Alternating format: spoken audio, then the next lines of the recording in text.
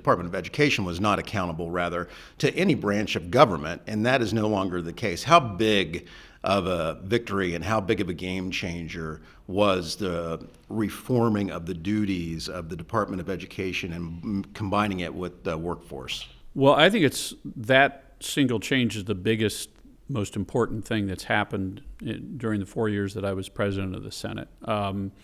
And most Ohioans didn't know, and frankly, I didn't know when I came in the legislature, that there's a constitutional provision that says there is a state school board, and what the state school board will deal with will be determined by law. And of course, the legislature makes the law.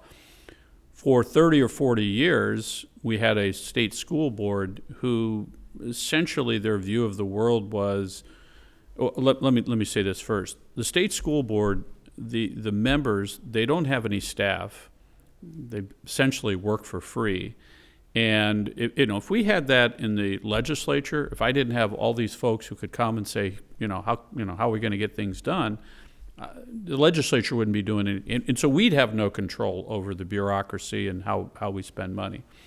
So that was never going to change unless the state school board said, we're now going to hire our own people to decide what you're going to do or to help us make decisions.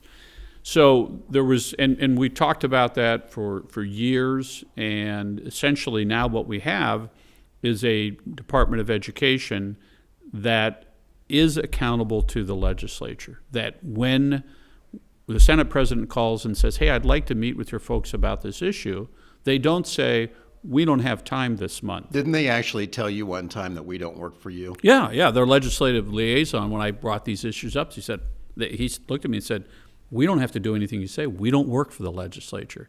And you know what? He was absolutely right. And that's why we had to change it.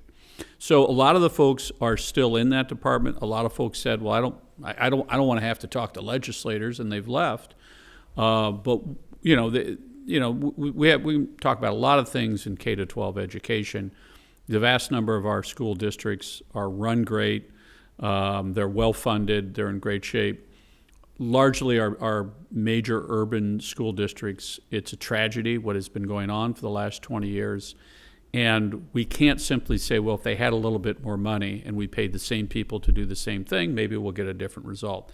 There must be a substantial change in what we do. And I think that's the attitude of many of the new folks in the department, and certainly among a lot of legislators. So I'm optimistic.